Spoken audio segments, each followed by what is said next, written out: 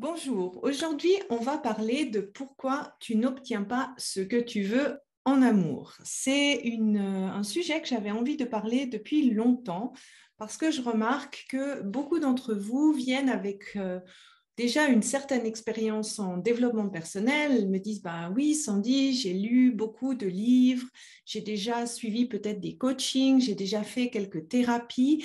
Et pourtant, je n'ai pas l'impression de voir vraiment des changements concrets dans la vie. Et donc, si tu as vraiment cette impression, en fait, de ne pas obtenir ce que tu veux en amour, pourquoi tu n'arrives pas à obtenir ce que tu veux en amour? Et bien souvent, la première cause, c'est un problème d'alignement. Donc, cette fois-ci, je vais aller vraiment dans le détail parce que je pense que c'est quelque chose d'important à comprendre pourquoi les résultats ne sont pas là. Coucou tout le monde. Alors, qu'est-ce que ça veut dire être aligné? Je pense que ça, c'est un mot qui est à la mode, où tout le monde en entend parler. Pour moi, ça veut tout simplement dire que quand tu agis et tu interagis et tu parles, tu le fais en alignement avec ce que tu veux être, donc la personne que tu veux être, ce que tu veux cultiver dans ta vie, ou bien tes désirs ou tes buts dans la vie. C'est un petit peu comme un fil rouge intérieur qui te fait agir pour aller dans la direction que tu veux et qui te fait aussi dire non ou ne pas aller dans la direction que tu ne veux pas. Et si tu n'as pas les résultats en amour que tu veux, cela veut forcément dire qu'il y a un problème d'alignement à un de ces niveaux. Donc, ça peut être au niveau de ce que tu veux, au niveau de ce que tu dis, au niveau de comment tu agis ou au niveau de comment tu réagis. Et je vais un petit peu aller en détail sur ces différentes formes et pourquoi, selon moi, en fait, ça peut poser un problème. Donc, le premier, c'est au niveau de la tête. On a une tête, elle est là pour nous servir, c'est tu ne sais pas ce que tu veux. C'est pour moi la forme la plus grave, en fait, de non-alignement. Parce que si tu ne sais pas vraiment ce que tu veux ou si tu changes constamment d'avis, en fait, c'est difficile pour toi d'avoir une ligne conductrice dans ce que tu dis, dans ce que tu fais, et donc forcément, les résultats ne suivront pas pour toi. Alors, ça ressemble à quoi ce non-alignement quand on ne sait pas ce qu'on veut? La première, c'est tu n'as aucune idée de ce que tu veux en amour. Par exemple, tu as du mal à définir quel est le partenaire idéal pour toi. Pourtant, on n'est pas forcément compatible avec tout le monde. On a chacun des préférences, on a chacun un mode de vie et c'est important en fait d'être clair sur ce que tu recherches chez l'autre et aussi de clarifier toutes ces contradictions intérieures. Le problème, c'est que si tu esquives en fait cette décision de décider ce que tu veux vraiment, de oser dire moi je veux ça et je veux pas ça, tu vas perdre beaucoup de temps parce que comment tu peux trouver quelqu'un si tu sais pas ce que tu cherches? Et aussi, tu vas avoir énormément de déceptions parce que finalement, tu vas commencer des relations et puis c'est seulement au bout de quelques mois que tu vas te rendre compte que tu n'es pas vraiment compatible avec cette personne. Et ça, pour moi, c'est la première problématique qui est à résoudre dans cette forme « je ne sais pas ce que je veux ». Et c'est pour ça, en fait, que dans le programme S'ouvrir à l'amour, on y consacre un module entier parce que c'est vraiment la base et le début de toute cette pyramide qui va faire que petit à petit, tu vas obtenir les résultats que tu veux. La deuxième forme que ça peut prendre, en fait, tu sais à peu près ce que tu veux. Alors, ce n'est pas un problème de ne pas savoir, mais tu te laisses facilement influencer par l'avis des autres. Donc, c'est comme si l'avis des autres prend plus de poids que ton propre avis et donc tu te laisses balloter un petit peu par les conseils bien intentionnés, que ce soit de ton partenaire qui a un autre avis que toi, de tes amis, de ta famille et même des thérapeutes, moi y compris. Et si tu as un problème dans ta vie de couple, en fait, si tu reposes ton avis à l'extérieur de toi et pas en toi, eh bien, tu vas être en fait guidé ou suggéré par des vues subjectives de la situation, parce que personne d'autre ne peut connaître l'ensemble de la problématique qui est en toi. Et cette vue subjective, elle est due au fait que tu le racontes, tu ne racontes pas l'historique complet, en général, on ne raconte pas trop ce qui a pu créer cette situation, et cette part de nous qui a pu créer cette situation. Et donc, finalement, si tu te laisses influencer par l'avis des autres, tu vas avoir aussi un avis qui est biaisé et puis qui ne va pas forcément te guider dans la bonne direction. Une troisième forme, en fait, que ce non-alignement peut prendre, c'est tu changes constamment d'avis. Prenons l'exemple typique. En fait, tu veux une relation durable, et puis tu essayes, tu dis que tu cherches une relation durable, et puis tu te rends compte en fait qu'après plusieurs essais, ça ne marche pas, et puis tu te dis peut-être, ah ben, je vais prendre une relation un petit peu légère, ça serait pas mal non plus. Et là, pour moi, loin de moi de juger qu'une relation légère, ce n'est pas un problème, mais ce qui peut poser un problème pour avoir vraiment des résultats en amour, c'est que tu oscilles constamment entre ces deux. Le fait de toujours osciller, ça veut dire que forcément, tu repousses le moment où tu vas obtenir vraiment les résultats que tu veux. Et donc, tu vas finalement être perdant-perdant parce que tu peux un peu déconcerter les partenaires que tu as en face de toi qui comprennent plus vraiment ce que tu veux. Et le gros désavantage en fait de cette forme de non-alignement, c'est que tu vas finalement attirer des personnes qui ont exactement le même problème que toi, c'est-à-dire qui ne savent pas ce qu'elles veulent, qui peuvent être très contradictoires dans leur comportement, qui sont aussi très influençables par les autres. Et tu vas faire fuir les personnes qui savent ce qu'elles veulent et qui sont au clair avec elles-mêmes. Et donc, si tu te reconnais en fait dans cette description, ben, je ne sais pas ce que je veux, ou je change constamment d'avis, ou l'opinion des autres, ben, c'est finalement presque plus important que ma propre opinion. Pour moi, la cause de tout ça, en fait, c'est la suradaptation. Et ça vient souvent du fait que dans ton passé, dans ton enfance, tu as pris l'habitude de te suradapter pour être aimé, et que finalement, cette forme de suradaptation, elle est devenue tellement importante et automatique que tu ne sais plus ce que tu veux, que tu remets constamment ton juge antérieur en cause et même ton identité de ce que tu es vraiment. Alors, j'espère que ça vous parle. Merci d'être là, présente en live, ça fait du bien. La deuxième forme, en fait, c'est pas un problème de décider ce que tu veux, pas un problème d'osciller entre deux choses, mais c'est que tu n'agis pas en alignement avec ce que tu veux. C'est-à-dire que tu procrastines. Tu sais ce que tu dois faire, tu sais que tu dois aller sur les sites, tu sais que tu dois rencontrer des gens, mais tu n'arrives pas à passer à l'action. Ou bien tu trouves des excuses comme bah, c'est pas le bon moment, c'est une phase difficile pour lui, je vais attendre, c'est un pas trop difficile pour moi de faire cette rupture. Qu'est-ce qu'il peut y avoir? J'ai pas le temps pour rencontrer quelqu'un. Cela peut se montrer d'une autre manière, c'est-à-dire que tu agis, mais tu fais pas les actions qui vont vraiment t'aider à atteindre ton but. Donc, par exemple, si tu es dans un couple et puis que le partenaire te dit ben, il ne veut pas de relation sérieuse avec toi, et ben, tu continues de rester dans la relation, tu ne le quittes pas, mais tu essaies de te montrer un petit peu plus distante pour voir s'il réagit, pour voir s'il revient vers toi. Alors que lui, il est relativement clair avec toi et il te dit ben non, moi je ne veux pas une relation sérieuse, et que là, l'action à faire serait de dire ben, si toi tu veux une relation sérieuse, d'aller chercher ailleurs. Une chose aussi qui peut arriver, c'est-à-dire que tu agis, tu fais le pas, mais tu ne respectes pas ta décision dans le temps. C'est-à-dire que tu arrives à avoir la discussion claire avec ton partenaire sur ce que tu veux dans la relation, tu fais la première action, mais s'il revient ou s'il essaye de t'amadouer, tu cèdes, et ce, même s'il ne s'est pas positionné clairement vis-à-vis de ce que toi, tu veux dans la relation.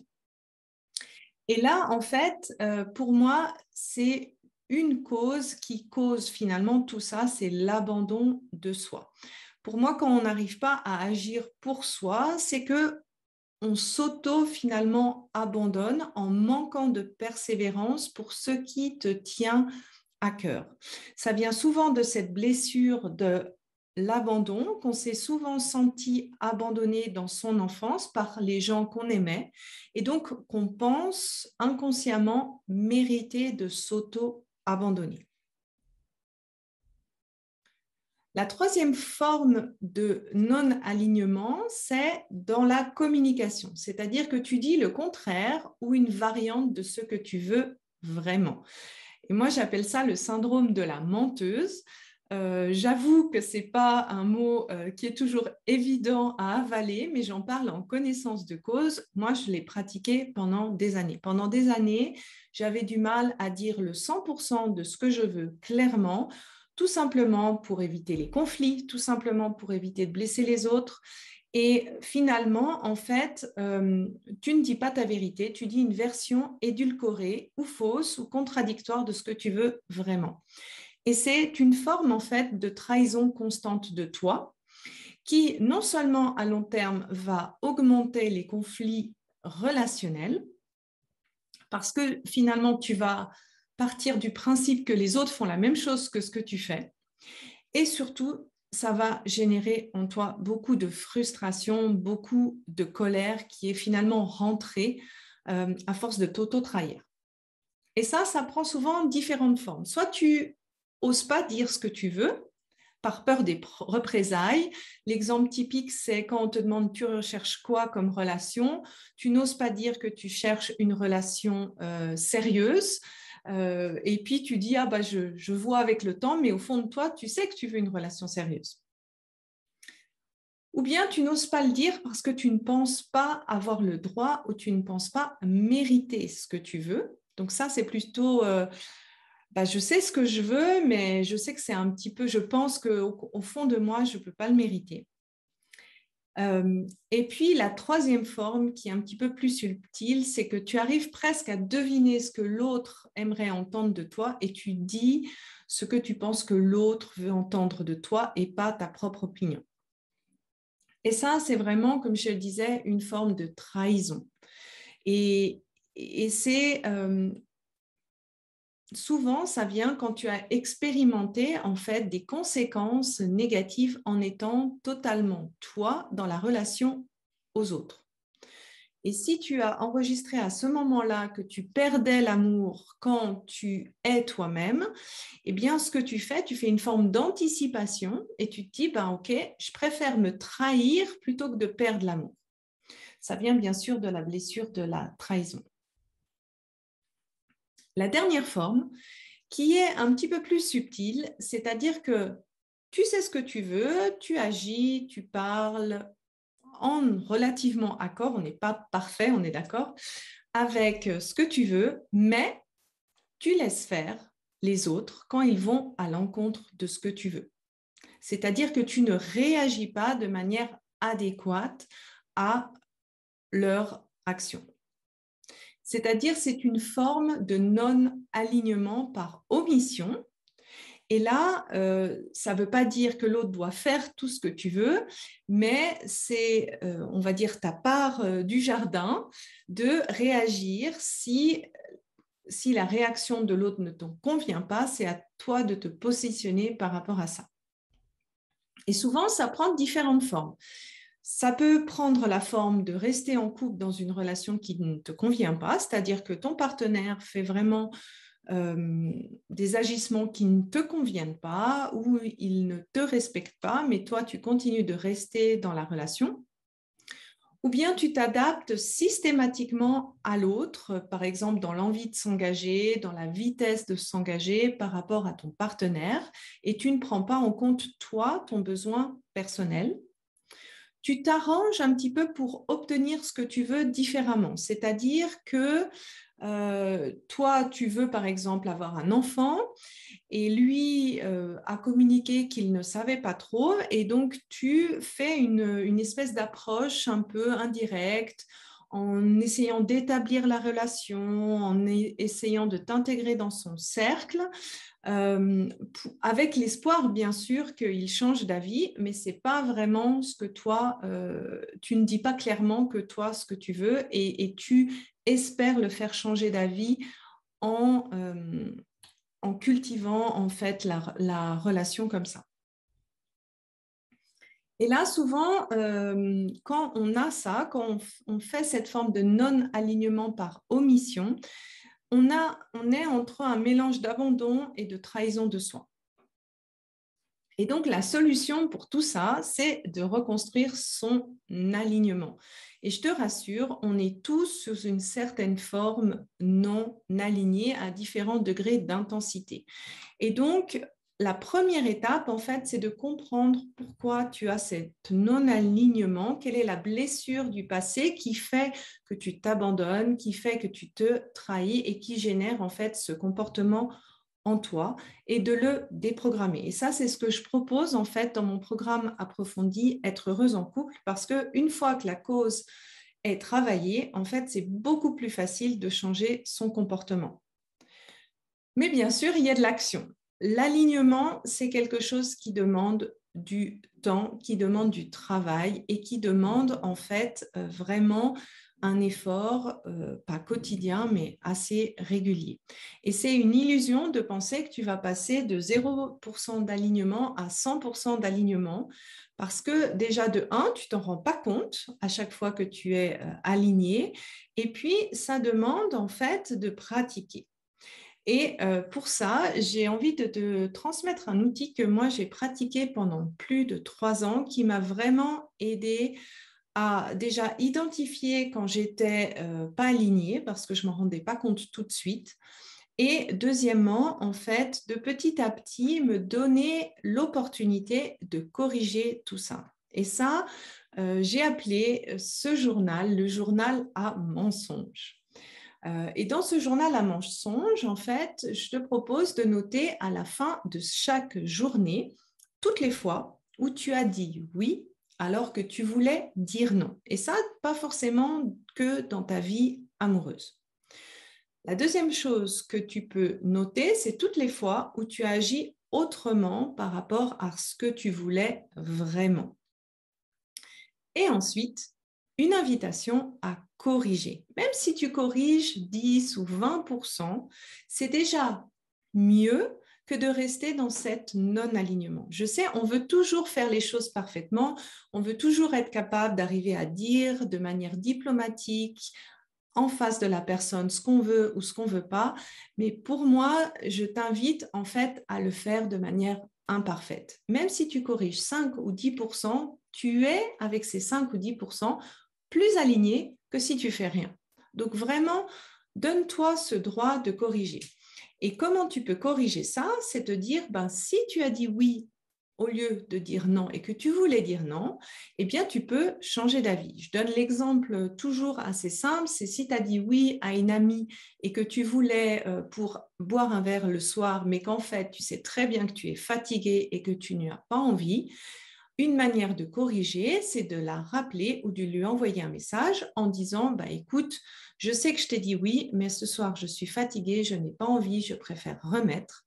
Si cette étape pour toi, elle est beaucoup plus difficile, en fait, ce que tu peux faire, c'est corriger un petit peu. Tu lui dis, écoute, je suis fatiguée, je viens ce soir, mais je viens qu'une demi-heure parce que pour moi, c'est beaucoup trop. Tu vois, ici, le but, c'est pas de te juger, le but, c'est d'être de petit à petit, d'être de plus en plus aligné avec toi et tu verras qu'au bout d'un moment, eh bien, les résultats vont vraiment changer dans ta vie. Et comme cette étape, ce n'est pas toujours une étape qui est facile, c'est pour moi ce qui fait la force du programme de groupe, parce que tu n'es pas seul, tu es avec d'autres personnes qui pratiquent l'alignement. Tu peux être coaché en fait sur les choses qui te bloquent et qui sont beaucoup plus difficiles. Et des fois, on ne voit pas comment on peut arriver à s'aligner petit à petit. Et ça, c'est un processus qui demande du courage, qui demande de la constance. Et c'est pour ça que c'est mieux de le faire avec des personnes bienveillantes qui t'aident dans son chemin. Donc voilà, cette fois-ci, c'était une interview, enfin un article un peu long. J'espère que ça vous a aidé. J'ai mis le lien vers l'article avec des petites ressources, notamment pour identifier d'où peuvent venir ces blessures du passé, comment elles sont enregistrées. Et je me réjouis pour vous retrouver la semaine prochaine pour un nouvel article. Au revoir tout le monde.